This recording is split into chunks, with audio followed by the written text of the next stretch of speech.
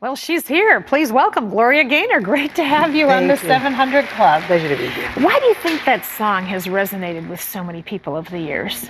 Well, there are a number of reasons. For one thing, this song really does celebrate the tenacity of the human spirit. Yes. It gives voice to women in a man's world, and it encourages and empowers people to be able to make it through whatever adversities life throws at them. I understand it really saved the life of one little girl in Italy. Tell me about that. Yes. Well, she came to me after the show. I changed the words to "I will survive." It originally said, "It took all the strength I had not to fall apart." I changed it to say, "Only the Lord could give me strength not to fall apart." Well, her testimony really proved that to be the right thing to do, because she said that she'd missed her flight that morning, believing that God had caused her to miss that flight so she could hear me sing that song, because she was where she lived in Italy. She didn't have any privacy, and she wanted to go home to somewhere in Asia so that she could commit suicide. Oh, my. But now that she'd heard me sing that song, she said, "I know where my strength can come from, and I don't have to die." Music has a powerful impact on people. Absolutely. I mean, it really can carry a message that's life-giving in that way. Speaking of having life, your career has been amazing. I mean, you've really done so many things in so many varied areas. How have you sustained your career, your presence in the field in many different ways? How have you done that over the years when so many people fall off the charts? You know? Well, I mean, I've added my integrity and my willingness to really be a people person and be there for the people.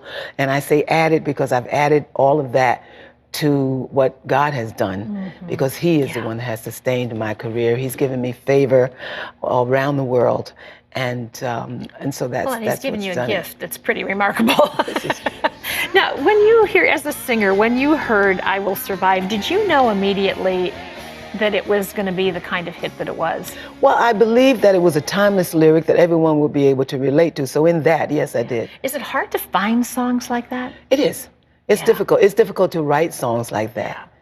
Tell us about your faith, because I know it plays a huge role in your life as well as your career. It does. It permeates every area of my life. I really do try to live according to God's will, word, and ways.